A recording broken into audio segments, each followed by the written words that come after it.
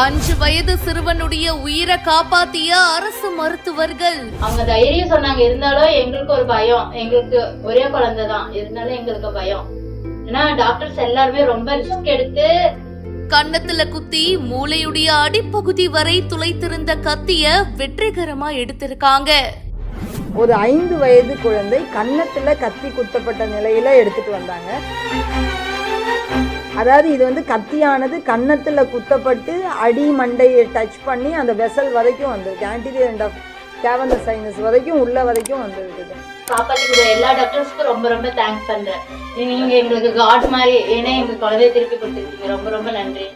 சேலம் கொண்டாளம்பட்டி பகுதியை சேர்ந்தவர் கைத்தறி தொழில் செய்து வரும் தியாகராஜன் கனகலட்சுமி தம்பதி. இவங்களோட 5 வயது மகன் ரோஹித். இவரு கடந்த 5ஆம் தேதி பாத்தீங்கன்னா அவங்களோட வீட்டுல பழம் கத்தியோட ஓடி வந்திருக்காரு. அப்போ பாய் சறுக்கி கீழே விழுந்திருக்காரு. இதுல எதிர்பாராத விதமா கையில வச்சிருந்த கத்தி கன்னத்துல குத்தி அது ஆழமா மூளையுடைய அடிப்பகுதி வரை துளைத்திருக்கு.